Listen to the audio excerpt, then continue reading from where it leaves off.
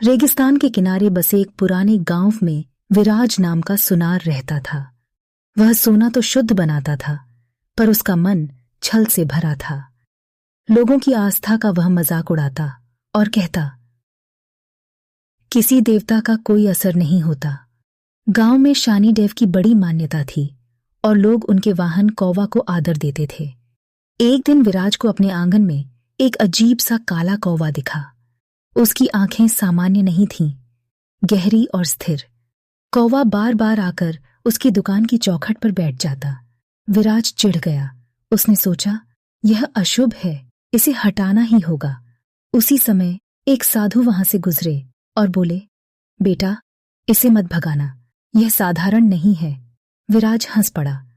मैं किसी अंधविश्वास में नहीं पड़ता।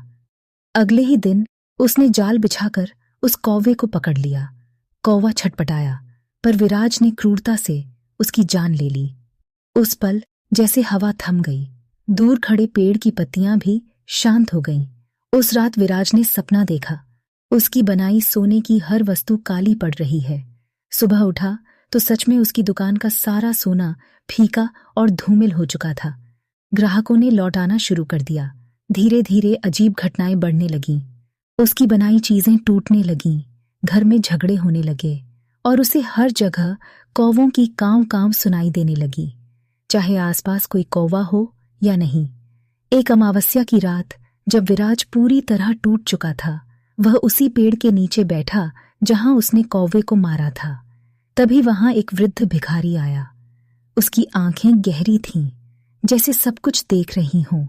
भिखारी बोला, तू अपने कर्मों से भाग नहीं सकता। विराज ने थके स्वर में कहा, मुझसे गलती हो गई, अब क्या करूं?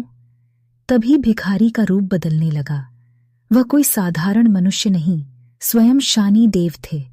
उन्होंने गंभीर स्वर में कहा, तूने मेरे संकेत को नष्ट किया, प्रकृति का अपमान किया, अब तुझे उसका फल भोगना ही होगा। लेकिन सुधार का मार्ग अभी भी है।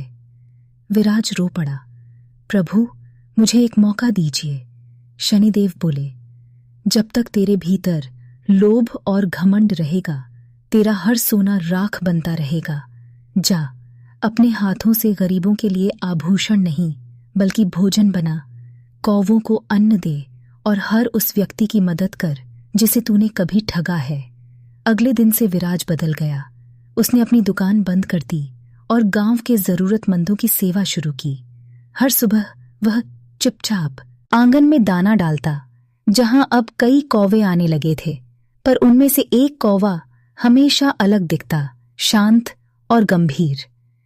महीनों बाद जब उसका मन सच में बदल गया, एक दिन उसने देखा, उसकी पुरानी सोने की एक टूटी अंगूठी फिर से चमक उठी है। विराज समझ गया, सोना बाहर नहीं, अंदर चमकना चाहिए।